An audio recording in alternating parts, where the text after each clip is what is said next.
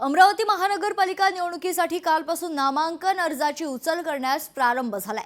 काल पहिल्याच दिवशी 1026 उमेदवारी अर्जाची इच्छुकांनी उचल केली आहे। त्यामुळे यंदा महानगरपालिका निवडणुकीत रिंगणात खरं तर उमेदवाराची मोठी गर्दी असेल असं पहिल्याच दिवशी उचल झालेल्या उमेदवारी अर्जाच्या संख्येवरून पाहायला मिळते। या संदर्भात अमरावती महानगरपालिकेच्या समोर आढावा घेतलाय लोकशाहीचे प्रतिनिधी सूरज दहाट यांनी।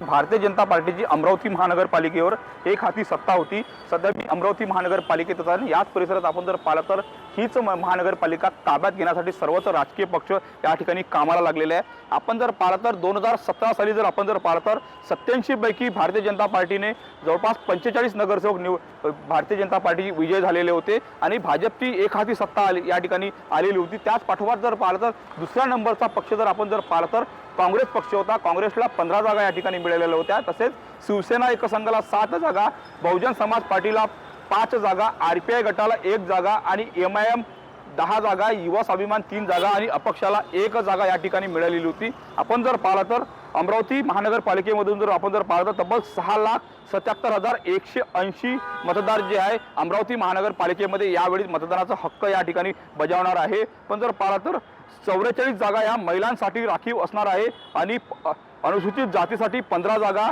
अनुसूचित जमातीसाठी 2 जागा आणि मागासवर्ग प्रवर्गासाठी एकूण आरक्षित जागा जर पाहिल्या तर 23 जागा या ठिकाणी असणार आहे। एकूणच जर पाहिलं तर अमरावती महानगरपालिकेच्या निवडणुकीच्या वतीने राजकीय वातावरण तापलेलं आहे। सामान्य नागरिकांमध्ये तेवढीच उत्सुकता आहे, कारण का गेल्या 3 ते 4 वर्षापासून अमरावती महानगरपालिकेची निवडणूक झालेली नव्हती। प्रशासक राज होता, त्यामुळे उत्कंठा लागलेल्या, प्रतीक्षा लागलेल्या की 15 जानेवारीमध्ये कोणाची सत्ता येतो आणि कोण अमरावती महानगरपालिकेवर आपला झेंडा प्रस्थापित करतो आणि कोणाचं वर्चस्व या ठिकाणी राहतं।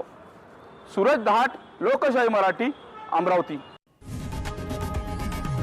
लोकशाही मराठी ऐका, पहा, जागरूक रहा।